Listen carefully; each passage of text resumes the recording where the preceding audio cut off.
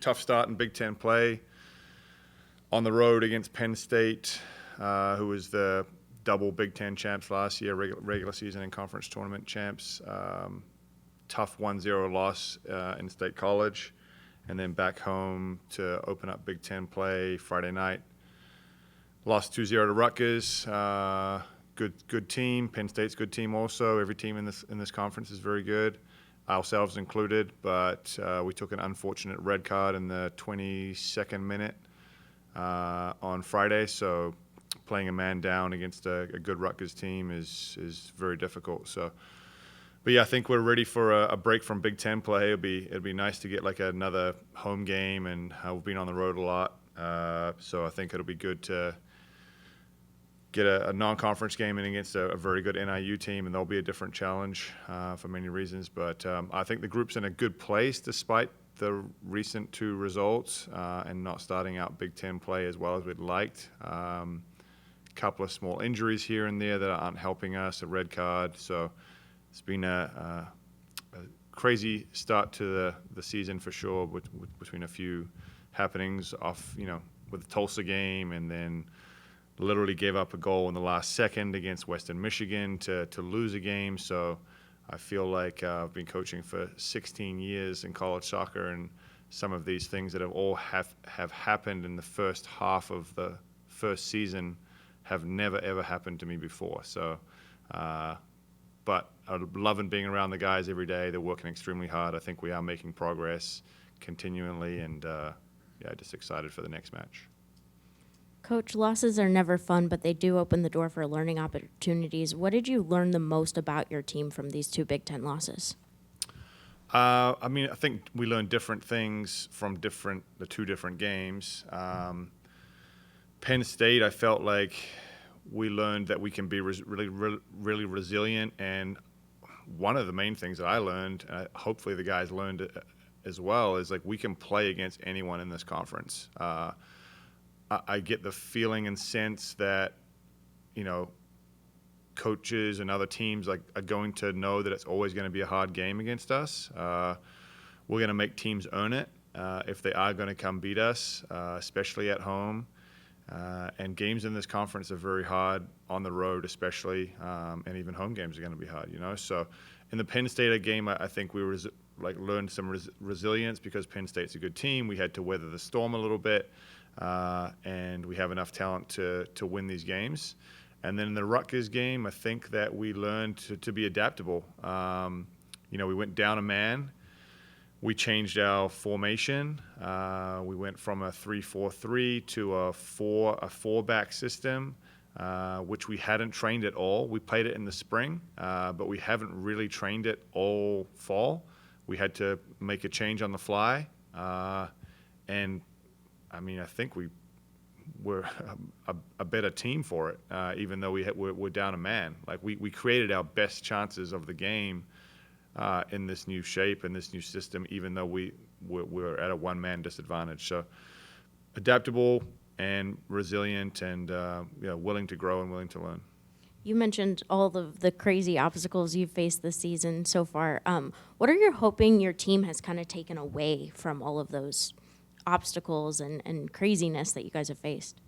We just got to keep putting our head down and keep pushing forward. There's nothing we can do about the weather. There's nothing we can do about the referees. Control the controllables.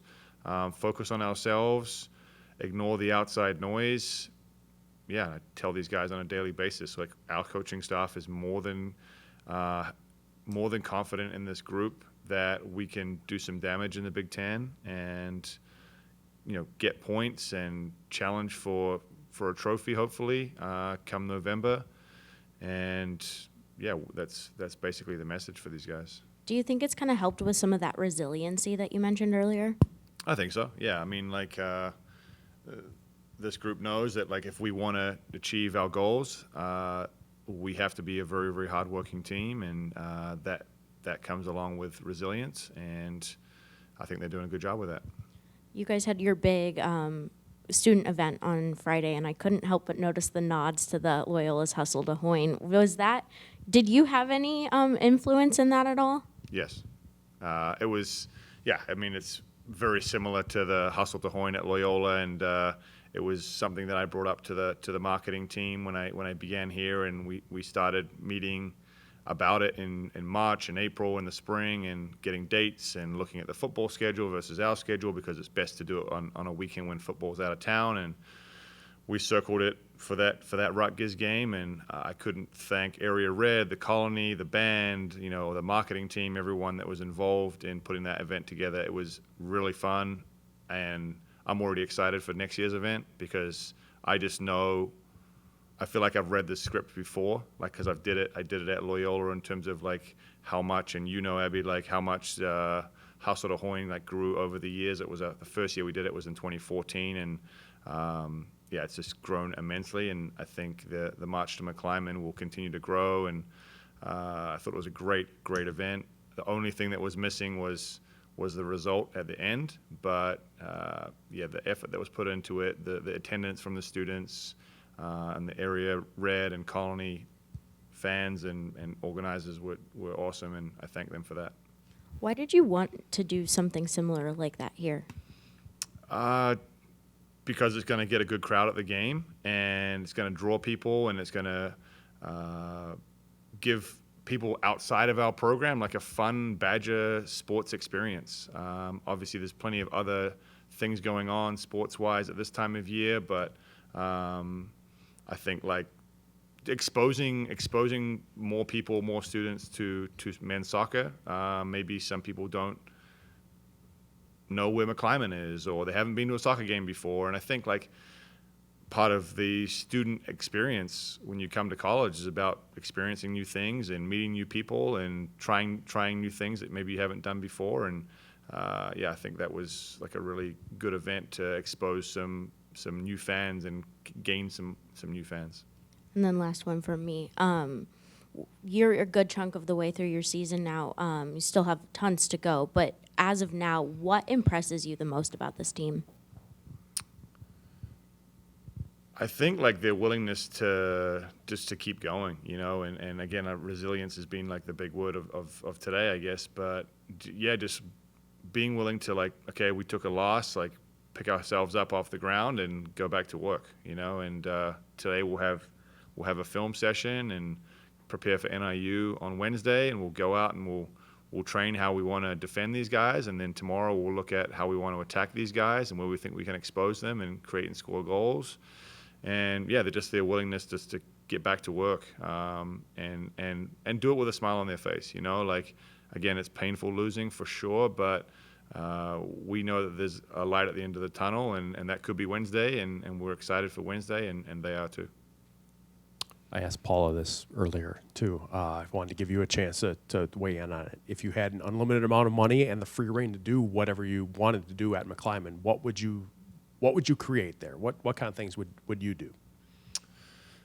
Yeah, I mean, just like a closed off field, I think would be like, you want to create a real intimidating for the opponent and exciting for the home team, home atmosphere, So I think getting the fans a little bit closer to the action would be ideal. How is that doable with the track? I don't know. But yeah, I just think any way that we can get the fans like closer to the action, which our players like feel the energy from the fans, and that lifts them and that pushes them. And I don't know what it does to the opponent, but like obviously the opponent's going to know that the majority of the fans are there for us. And yeah, I mean, locker room space for the teams and things like that would be ideal, but those things are outside of my control. That would be ideal, but again, like outside of my control, and not the top of my priority list right now.